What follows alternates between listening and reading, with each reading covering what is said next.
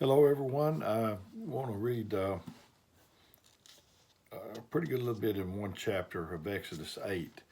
I don't know if I've ever heard it preached before um, in church, but this is during the time that Moses and Aaron was asking for Pharaoh to let the people go, and he kept playing tricks on them with one thing and another. And chapter 8 says, excuse me, and the Lord spake unto Moses, go unto Pharaoh and say unto him, thus saith the Lord, let my people go, that they may serve me. And if thou refuse to let them go, behold, I will smite the border with frogs.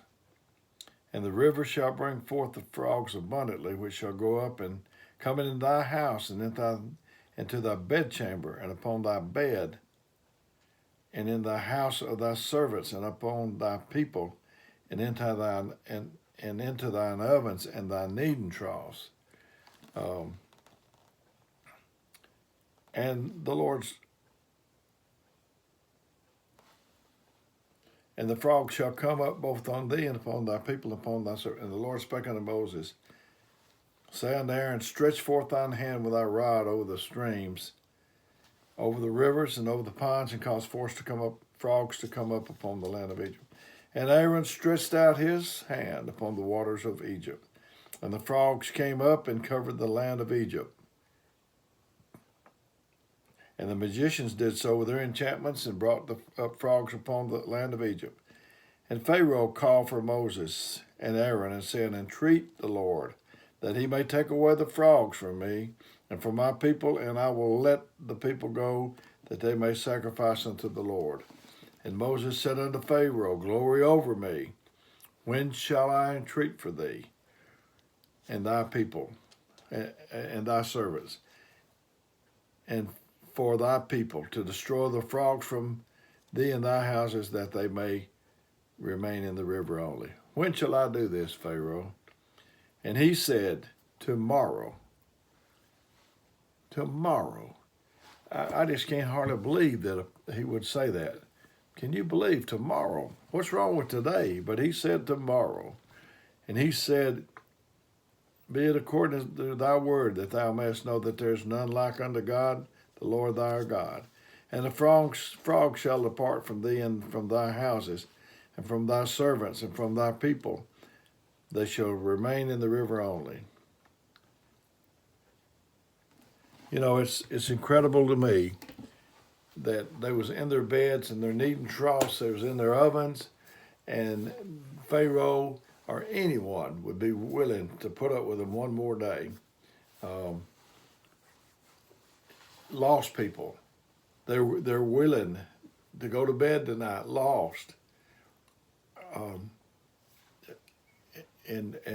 go to bed with the frogs, and go to bed with sin, and that is incredible to me. And us that's got salvation, knowing what we know what to do, and we're willing to go lay down tonight with that knowledge of what we need to do, and say that we'll do it tomorrow. I heard a story about a man. He went to a restaurant that sold frog legs, and he asked this man, said, could you use any more frogs if I had some to sell you? And the man said, oh yeah, I sure could. And he said, how many frogs you got? And the man said, I've got millions of them. They croak and holler and keep me up all night long. And he said, they made a deal, and he said, yeah, just bring them every week. Bring 500 at a time till your pond is depleted of the frogs. And so the man rolled up in there at the restaurant and went in there, and he had 2 frogs. And the restaurant man said, where's all the frogs? And he said, well, it was just these 2. He said, I thought you said you had 1,000,000 of them. And he said, it sounded like 1,000,000 of them, but it was just these 2 old frogs. So the next time that people are squawking and criticizing and saying all manner of things about you, just remember, it's probably just 2 old frogs. I thought about, I preach a sermon sometimes called Someday I, apostrophe LL, I'll, or Someday ISLE, someday I'll. You can get marooned on someday I'll. Someday I'm going to do this. Tomorrow I'm going to do that. And you don't never make it off of that island. You've got to do something. If you keep thinking what you've always been thinking, you'll keep doing what you've always been doing. If you keep doing what you've always been doing, you'll keep getting what you've always been getting. So you got to start where you're thinking to get something different. Yet thou lack one thing.